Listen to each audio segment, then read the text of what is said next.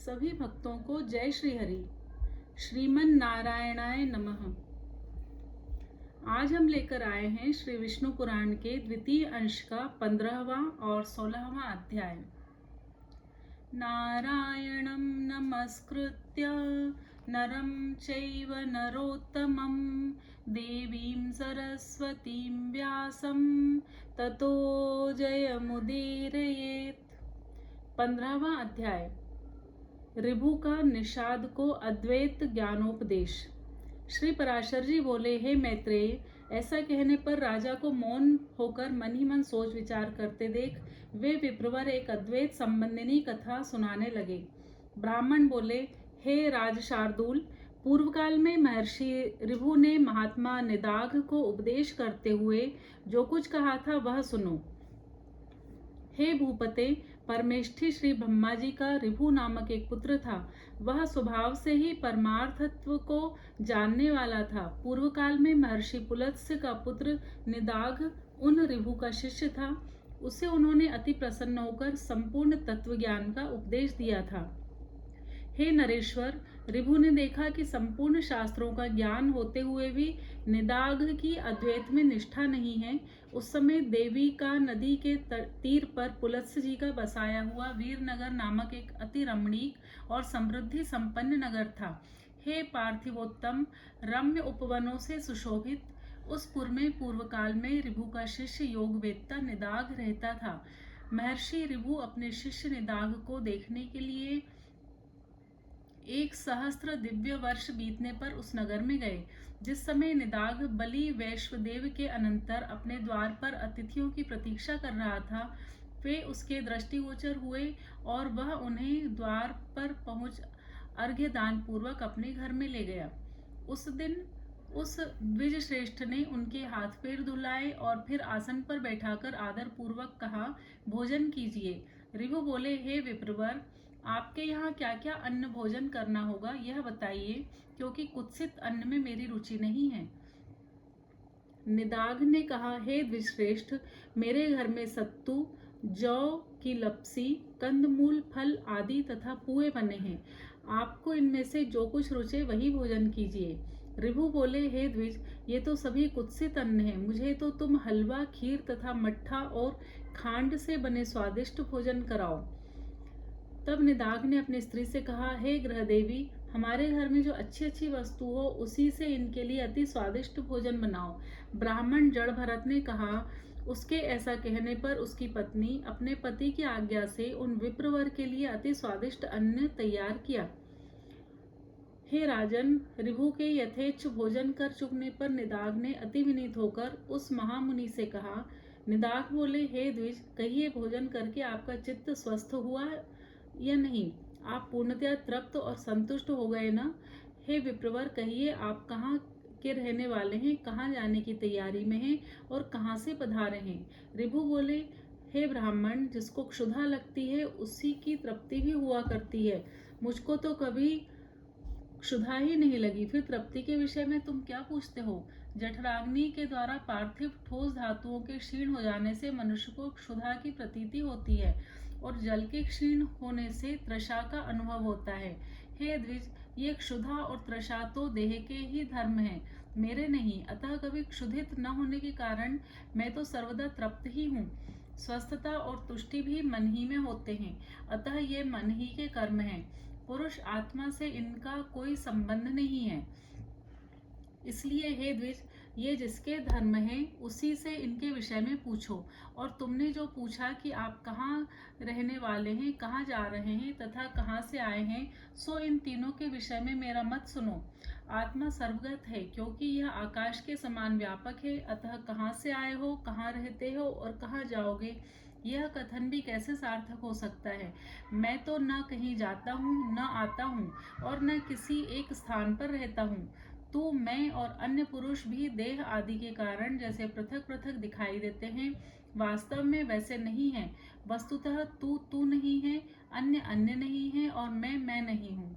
वास्तव में मधुर मधुर है भी नहीं। देखो, मैंने तुमसे जो मधुर अन्न की याचना की थी उससे भी मैं यही देखना चाहता था कि तुम क्या कहते हो। हे द्विजश्रेष्ठ, भोजन करने वाले के लिए स्वादु अथवा अस्वादु भी क्या है? क्योंकि स्वादिष्ट पदार्थ ही जब समयांतर से अस्वादु हो जाता है तो वही उद्वेगजनक होने लगता है। इसी प्रकार कभी अरुचिकर पदार्थ रुचिकर हो जाते हैं और रुचिकर पदार्थों से मनुष्य को उद्वेग हो जाता है। ऐसा अन्न भला कौन सा है जो आदि मध्य और अंत तीनों काल में रुचिकर ही हो? जिस प्रकार मिट्टी का घर मिट्टी से लीपने पोतने से दृढ़ होता है, उसी प्रकार यह पार्थिव देह पार्थिव अन्न के परमाणुओं से पुष्ट हो जाता है। जौ, गेहूं, मूंग, घृत, तेल, दूध, दही, गुड़ और फल आदि सभी पदार्थ पार्थिव परमाणु ही तो हैं। इनमें से किसको स्वादु कहें और किसको अस्वादु? अतः ऐसा जानकर तुम्हें इस स्वादु अस्वादु का विचार करने वाले चित्त को समदर्शी बनाना चाहिए, क्योंकि मोक्ष का एकमात्र उपाय समता ही है। ब्राह्मण बोले, हे राजन, उनके ऐसे परमार्थ में वचन सुनकर महाभाग निदाग ने उन्हें प्रणाम करके कहा, प्रभु आप प्रसन्न होइए, कृपया बतलाइए मेरे कल्याण की कामना से आए हुए आप कौन हैं?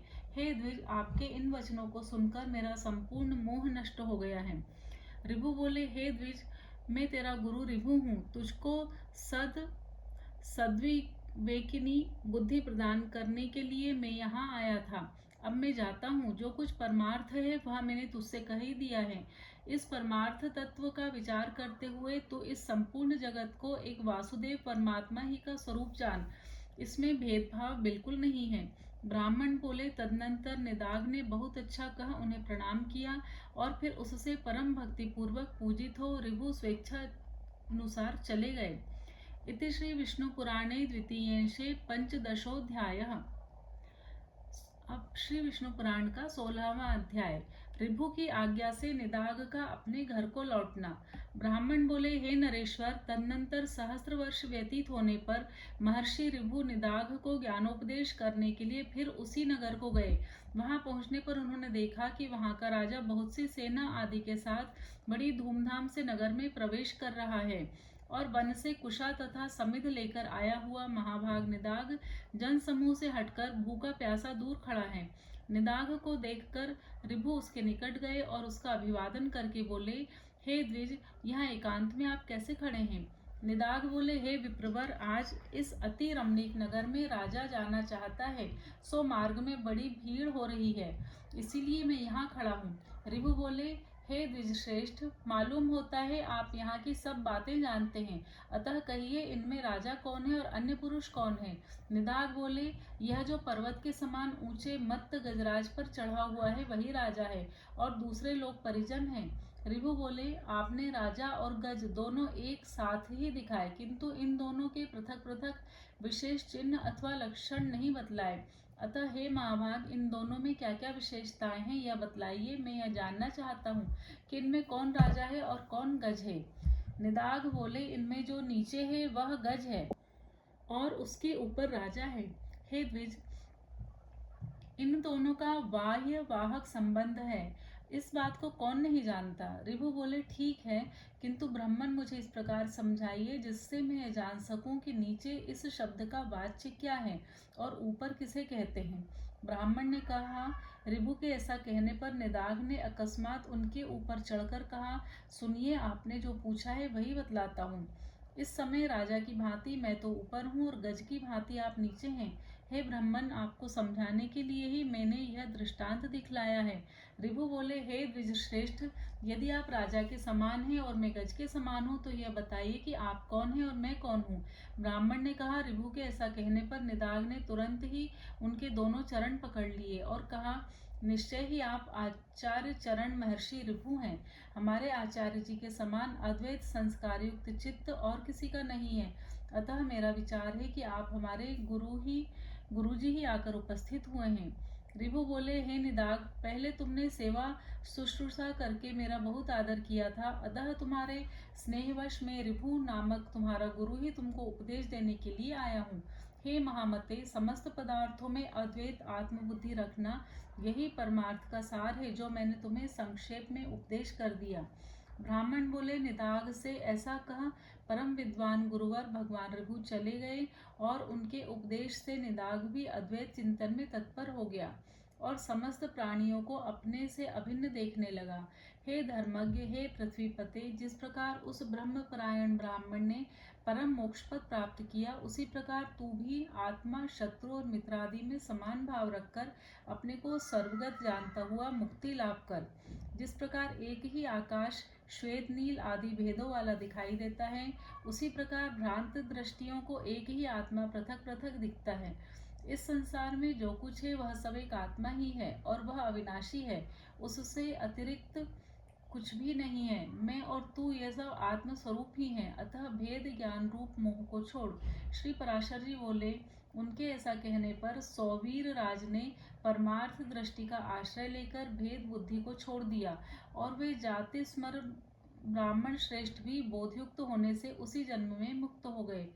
इस प्रकार महाराज भरत के इतिहास के इस सारभूत वृत्तांत को जो पुरुष भक्ति पूर्वक कहता या सुनता है, उसकी बुद्धि निर्मल हो जाती है और उसे कभी आत्मविस्मृति नहीं होती।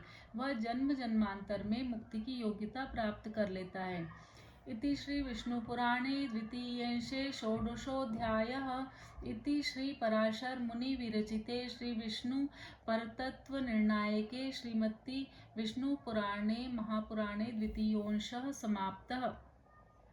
आज हमारे श्री विष्णु पुराण के द्वितीय अंश का 16वां अध्याय समाप्त हुआ।